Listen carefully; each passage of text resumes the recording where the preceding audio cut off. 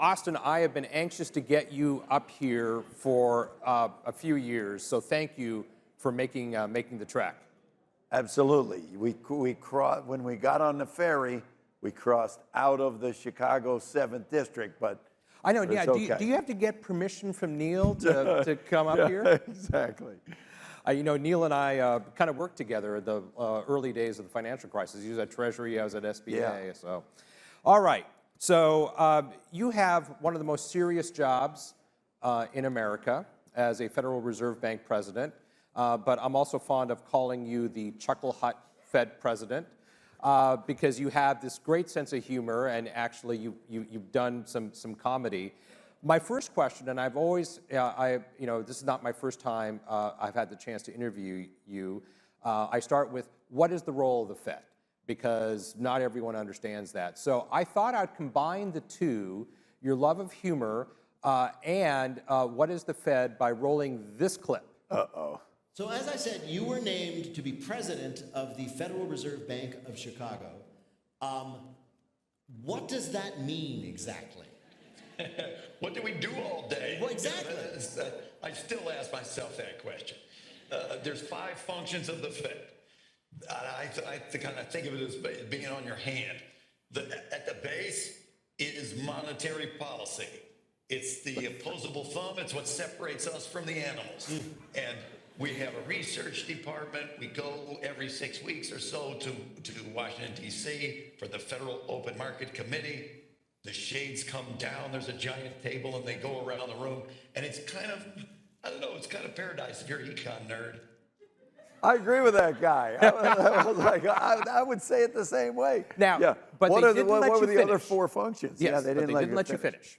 Financial stability, lender of last resort. We monitor financial stability. We're a supervisor of banks. The long-term relationship finger, we are a bank to banks. We provide financial services. The majority of wire transfers and payments, $5 trillion per day go over the Fed rails. And then we have a community development and involvement with the community function. Those are 5 functions of the Fed. So talk about the dual mandate. Okay, dual mandate. The Federal Reserve Act gives the Fed 2 jobs when setting monetary policy: stabilize prices and maximize employment. That's the dual mandate. And that's not just a general statement. That tells us that's what we're supposed to be evaluating. And if it affects prices or it affects employment, then the law says we have to think about it. But it colors if you say, but what about the vibes? You know, what if people don't feel the same way that the hard numbers are? Just remember, the law kind of tells us we're supposed to look at the hard numbers. We care about vibes if they're going to affect people's behavior in the hard numbers, but we're really kind of rooted in just that. Okay, I'm going to come back to the vibes. Okay. But the last point I want to make, and I do this when I get the chance to talk to you in public, is stress the point that the Fed is independent. It's not part of the executive branch. It's not part of the legislative branch, and that's by design. That's by design. Look, I've been at the Fed, at Chicago Fed, for about 2.5 years.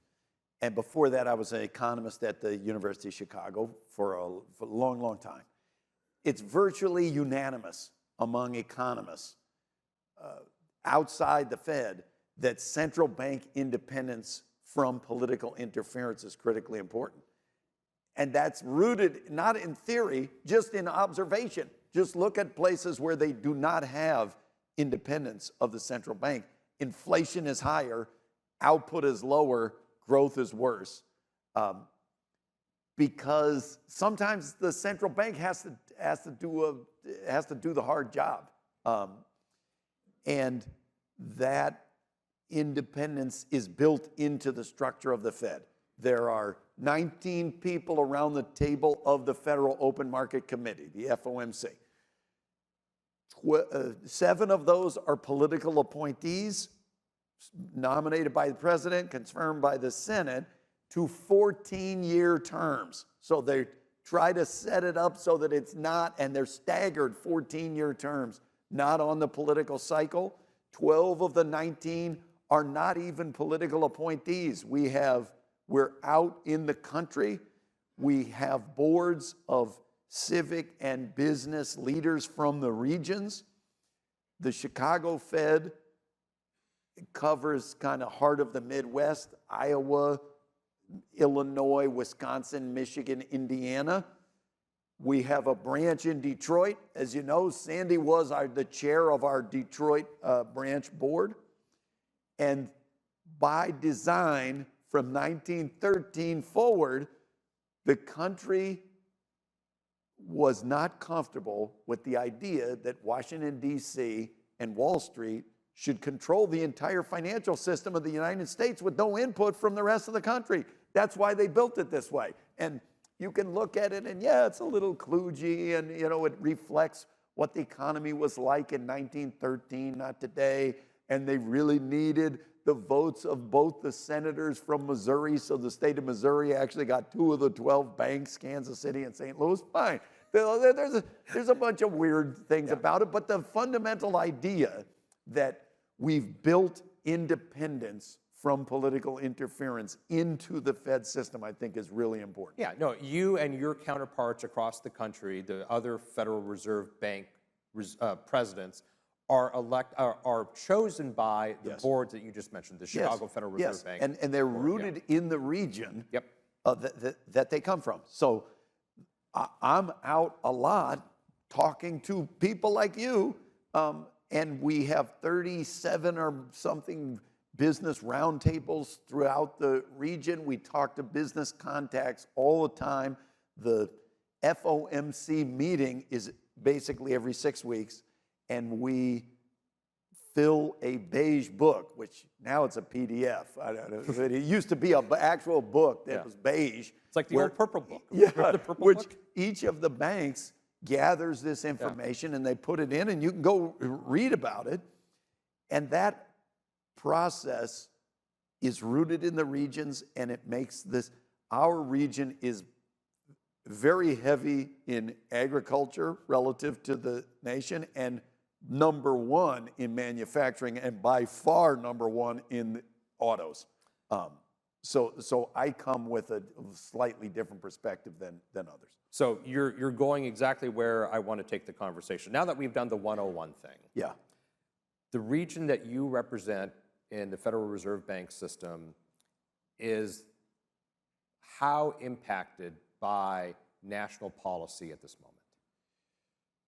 Well, it depends what policy it is, but the tariffs for sure, much more impactful on the Midwest, and the number 1 most exposed state to tariffs is Michigan. Number 1 in the whole country. Number 2, Indiana. Number 4, Iowa. 4 of the top 7 are in the Chicago Fed district. So before April 2nd, I was hearing from business leaders here, yikes, if these tariffs are as big as what they say, it's going to have a very material impact on conditions, and expressions of, we don't want to go back to 2021 and 2022 when costs were raging out of control. And we definitely don't want to go back to 2020 when the supply chain was so disrupted, we literally could not make our product. We couldn't get chips. We couldn't do others. So extra sensitivity to tariff policy. The second thing that I always say, it's the 7th district. Chicago's the 7th district. 7th district, because it's got this manufacturing, tends to be among the most cyclically sensitive of all the districts. Like with Michigan, when times are going well for the nation, stuff goes very well for Michigan, and it's also a leading indicator of recession, usually. That if the economy starts turning down, where you see it right away are in these cyclically sensitive industries. So national policy, if you think national policy is going to lead to a slowdown or recession, a lot of times they'd be looking at Michigan or they'd be looking in places like that for evidence of it. So, tariffs. Yeah. Tariffs are kind of the number one issue that business leaders are talking about. It's probably the number one chatter point in the participants of this conference. We just had some news. Just last night, the Court of International Trade ruled that the President of the United States does not have the authority to implement the tariffs that he has been talking about and implementing. There are members of Congress who are saying, hey, we need to take back our authority on tariffs because it's generally considered to be a congressional purview. Yeah, it's written right in the Constitution. That would be a strong indication of that. But my point is, all this is leading to such a level of uncertainty. Going back to the dual mandate, Yes. how does the Federal Reserve Bank navigate such uncertainty? How do you deal with, kind of an unprecedented tariff approach? I like how you said going back to the dual mandate, because that's usually my answer. How do you deal with whatever? By going back to the dual mandate. If it affects prices or it affects employment, then we have to think about it.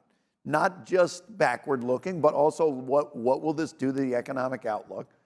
But that's just a condition, okay? Yes, this tariff bit, this would be if they put in 10% tariffs, that'd be the highest in 90-something years. If they had put in the 25% version, it'd be the highest in 130 years. But conditions change all the time. I always say that our motto at the Fed is the same as the Midwest, that there's no bad weather, only bad clothing. You tell me what the conditions are, and I'll tell you what jacket you're supposed to wear. And tariffs are conditions. They're like, hey, if it's going to rain today, fine, we'd put on a rain jacket. It's not the place of the Fed to express A, B, or C is a good fiscal policy or bad fiscal policy, I think. To me, you become a sworn member of the Fed, you're out of the fiscal policy business. That said, it's a lot easier to deal with the conditions when there isn't the uncertainty that we've been going through. We had a big Fed Listens event at the Chicago Fed 2 weeks ago, maybe, and people came in from all over the district and talked about conditions, and the phrase used by there was a construction company head that was there and said, this is for us a pencils down moment in the economy, that we can't keep taking the test. We're putting our pencils down and we're just going to wait to figure out what's going to be, and we need some consistency. Now, if on the back end of this thing, either we don't put the tariffs in or they reach some deals that allow us to avoid doing that, we could go back to what we were prior to April 2nd, which I characterized as basically unemployment rate pretty close to 4%, stable full employment, inflation trending down to, looked at me like on path to the 2% inflation target that the Fed has outlined. And if you have stable full employment and inflation going to target, rates can come down to where they would eventually settle, which most of the dot plot, where they ask all the members of the committee periodically, where do you see rates, the appropriate level for rates a year from now, 2 years from now, and in the long run rates where people think it will settle are well below where they are today. So if we can get the dust out of the air, I do still think that underneath there is a strong dual mandate economy. The longer we go contemplating really big changes, like some of the ones that have been discussed, the more that fades into the background. And it's kind of like I told Sandy this story of some years ago. I went to the gym and I said, I'm going to get in shape, and I hired a trainer. And the trainer, she asked me, what are your long-term goals? I was like, if I lift enough, weights, do you think I could get a six-pack? And the trainer said, well, everyone's has a six-pack underneath. She said, the problem is not the lifting of weights. It's you've got to get all of what's on top of there off before you can see it. And I feel a bit like that on the economy. If we could just get this off of there, there's a six-pack underneath. Yeah. I love that you're waiting for the dust to settle, because you must be a very patient man if you are waiting for the dust to settle in today's political environment. So I'm going to play devil's advocate. Oh, boy.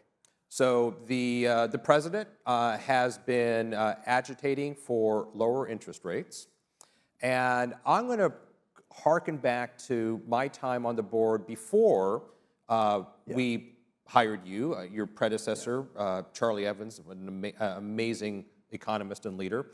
And those of us who were on the board at that time, kind of during those days coming out of COVID, supply chains were going crazy, prices were going crazy, and the Federal Reserve System, kind of as a whole, kept using the word, oh, this is going to be transient, which I'm sure is a word that's been now banned. Yeah, banned. Yeah. But, that was the vibe, if you will. I mean, those of us who were on the board and others across the country were saying, hey, these prices are going up and we don't anticipate them going down. They're really impacting us. But the data, that you guys were listening to said, no, I'm going to suggest that perhaps, it may have been a slight misreading. Is there any chance that President Trump is right and that we should be looking at lowering interest rates? I would split this question into two. There are two distinct ideas in that. Yeah. One is about what's happening with inflation. There's no question, looking back, it didn't end up being transitory of the less than 1 year variety. Yeah, we noticed. And they were wrong. They were. I wasn't there. I didn't. No, do you it, weren't there. But I wasn't there. Yeah. Okay. I'm throwing Charlie under the bus. There's still argument within the Fed and within the economics community about what was the nature of that miss. Was it because demand? The argument was this is a supply disruption, and supply disruption will be fixed, and when it fixes, it should go away. So this should be a temporary increase in inflation, which goes away for inflation. It might be a one-time increase in prices, but that's not a one-time forever increase in the rate of growth of inflation. Now they've kind of been characterized. Steve Leisman described it. It turns out they were right. Inflation turned out to be transitory. Okay, so the supply chain begins to heal, but not in 2021, in 2023. Okay, so inflation falls close to as much as it's ever fell in 1 year without a recession in 2023, which is very unusual, but that took a couple of years. But it also That's separate from if the president is expressing an opinion that he wants rates lowered, it hasn't been expressed in the dual mandate. That was an argument about the dual mandate. Mm-hmm. This feels a little more just like an expression of desire on rates. The Secretary of the Treasury said that the president's statement wasn't really about Fed policy, because the Fed sets the Fed's funds rate, which is a short-term interest rate. Long-term rates, like 30-year treasuries, that's determined by the market. And Secretary Bessent said that what the president wants is to lower long-term interest rates, which the Fed does not control. And so I didn't disagree with that. You know, the president, if that's what the president wants, to us that's just a condition, and so I didn't have an opinion about it. And Donald Trump's not the first president to try to influence the Fed to lower interest rates. You know, Johnson famously, Nixon famously. So this is something that, you know, the leaders of the Fed like you are used to. Yes, it still makes me, I still think we want to not lose sight of what is the advantage to just everyday people of the central bank being independent of political interference. If politics gets to control the interest rate, inflation is coming back. I mean, as I say, this core tenet of why economists are close to unanimous on the importance of central bank independence is sometimes the central bank has got to do things that the political apparatus is not going to enjoy, because in the short run they involve some tough decisions. So switching gears a little bit, your mentor is the famous Fed president, Paul Volcker. Indeed. And Volcker, you know, ran the Fed probably during one of the most difficult economic times, where we had this thing called stagflation. Now, economists, particularly I'm going to call them left-leaning economists, are ringing the alarm bell that stagflation may be in our future. Can you talk about the lessons learned during the Volcker years and what you learned from your mentor, Chairman Volcker? Paul Volcker was a giant. He was physically a giant. He's 6'7" and a very large man, but he's also figuratively a giant. And he's the all-time great central bank head. They raised the Fed funds rate to 20% when he was the Fed chair, because inflation was out of control, 13% plus inflation. And he recognized the Fed's got to do something very hard here. The expectations are unanchored, so when people are coming down to negotiate contracts, they're presuming that inflation is going to be 10% plus, so they're demanding wages of more than 10% increases because they think inflation is going to be higher. And once you get on that wage price spiral, it's very, very difficult to get off of it. They raised them to interest rates to 20% and held them there.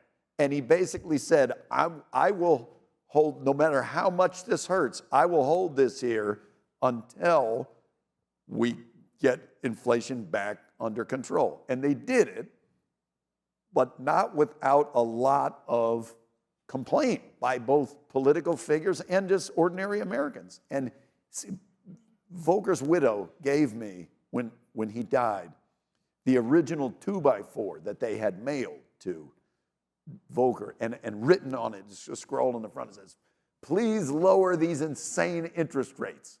And I keep that on the shelf right next to my desk to remind me of Volcker. But what the Fed decides affects regular people. It's not just a game to be played out in the stock market or something like that. It affects construction. It affects purchasing cars. It affects whether you can buy a house, business investment. And number two, the Fed has to take tough action. They have to do the hard thing sometimes. And he did that. If you apply that lesson to today, I kind of think it goes back to this Fed independence. Nobody was more independent than Volcker, and I do think that's an important lesson that we not lose sight of. And I bring up the Volcker years, not just because I know he's your mentor, but also it is essentially a version of the same strategy that you used when you became Fed president and your peers during that high inflation period where you did increase interest rates pretty substantially, basically indeed. from no interest rates to 5 or 6%.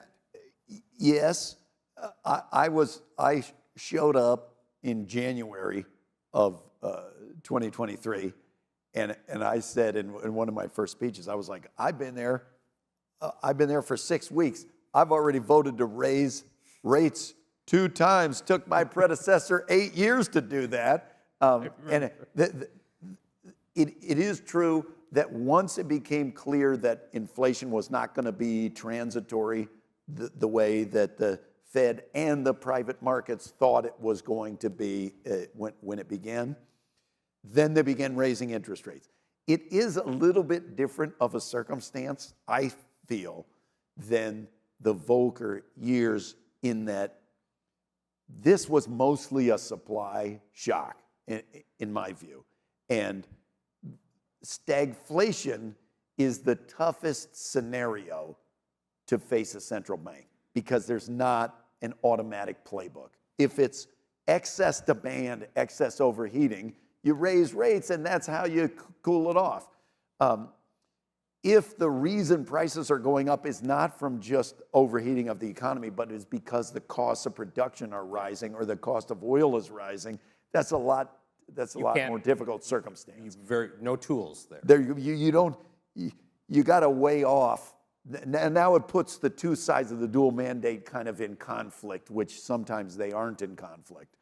But if Back to the Future style, you could call up people in the 1970s and you said, oh, hey, pass, we're dealing with stagflation. How can you help us? The first thing they'd say is, well, what's your unemployment rate?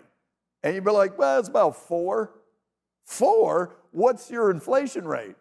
Well, it's 2.5. They'd be like, what are you bothering us? In the 1970s, stagflation was 13% inflation with unemployment that was almost 8.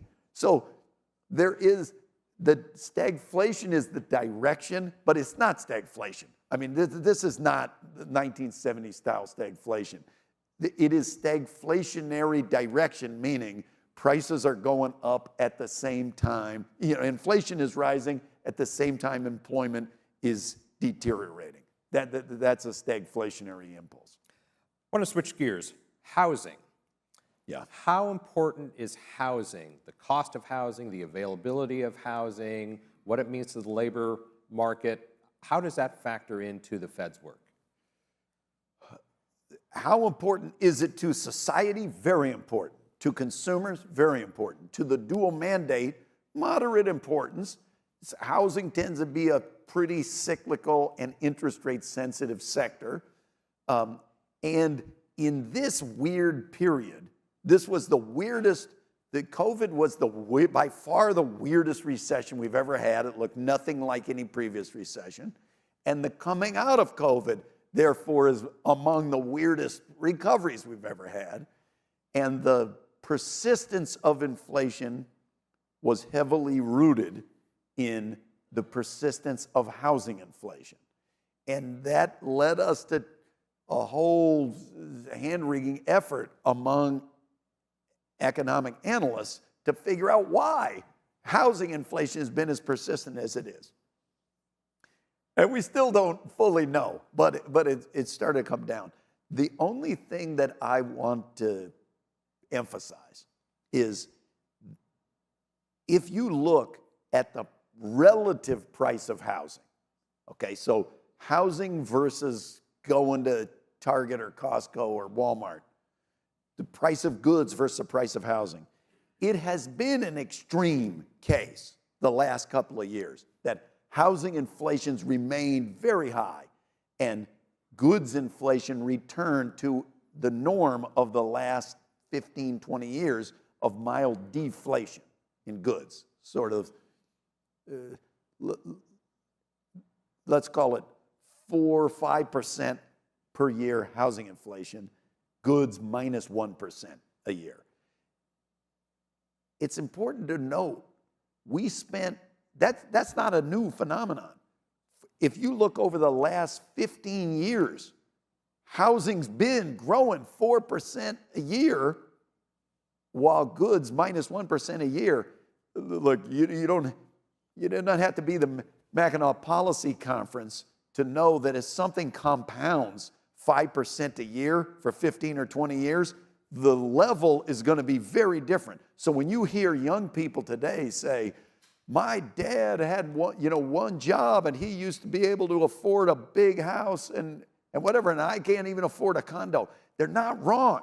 They're not wrong. The relative, now, they can buy a lot more stuff at Costco than their dad used to do, but the relative price of housing has changed quite a lot and gotten much more expensive. And the mortgage market has gotten more 30-year fixed rate mortgage centric. That now dominates the market, and that's made housing a little less sensitive to monetary policy shifts. So one of the ways monetary policy affects the real economy is, hey, if the interest rate goes up, mortgages get more expensive. But if everybody's locked in their rates, you kind of saw that play out. People were locked in at these low rates. And so even as rates were going up, they just kind of stopped moving if they could help it, because they didn't want to give up a cheap mortgage in that environment. So this is going to be the last question. Okay. You have been on the Council of Economic Advisors, chair actually. You've been a university professor, endowed chair professor in economics. You're obviously president of the Federal Reserve Bank of Here Chicago. it comes. Right now. You could feel it, right? Here it comes. What is it? No, this is not the Okay. Dr. Chuckle Hut thing. Okay. What keeps you up at night? What keeps me up at night? I say flippantly, not to be Dr. Chucklehead, but I always say, look, the central bank's job is not to sleep at night. We're like the night's watch, this. But the always and everywhere, remember, the Fed was created in 1913 out of the panic of 1907. So financial panic and financial crisis, there was always the possibility, and that the issues of financial stability should always keep us up at night.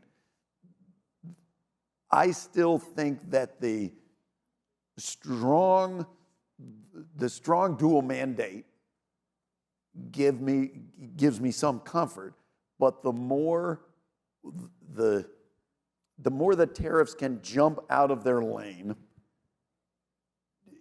at the end of the day, imported goods are only 11% of GDP in the United States. We're overwhelmingly a domestically driven economy with heavily services. And so there's a bit of a puzzle. Why do people get as nervous about discussion of tariffs as they do if it's only 11% of the economy? And I think it's because there are three clear ways that it can jump out of its lane and affect more. One is if there's retaliation from other countries, now you just doubled the size of the tariffs affect the imports, but now it's going to affect the exports. Two, the tariffs can be parts, supplies, components into other things. So now the tariffs just jumped into domestic manufacturing. And then category three is if people freak out about anything and change their behavior, either their consumer spending or business investment or uncertainty or any of those, now it can have a far more outsized impact than just what it mechanically looks like it would have. That freak out channel is the kind of thing that should keep us up at night, thinking about how those play out. Well, for our audience, both online and in the audience right here in the room, highly recommend Googling Austan Goolsbee, DC Improv. Only comedian I know who showed up at the Improv wearing his White House credentials. It was a contest, DC's Funniest Celebrity Contest, and it's true I was the winner. Yeah. But it's always the central question of economics is compared to what, and The runner-up was Grover Norquist. Yeah. Okay. Well, I don't know. So, but also do the Daily Show. Austan, you have been such a tremendous leader in the public in public service. Such a leader in the economics. It was such an honor for me, and I see some of your other board members here in the audience today to serve on the board under your leadership. You were an amazing so Hall of Fame board chair and board member, and this is a Hall of Fame conference too. So congratulations to you on this.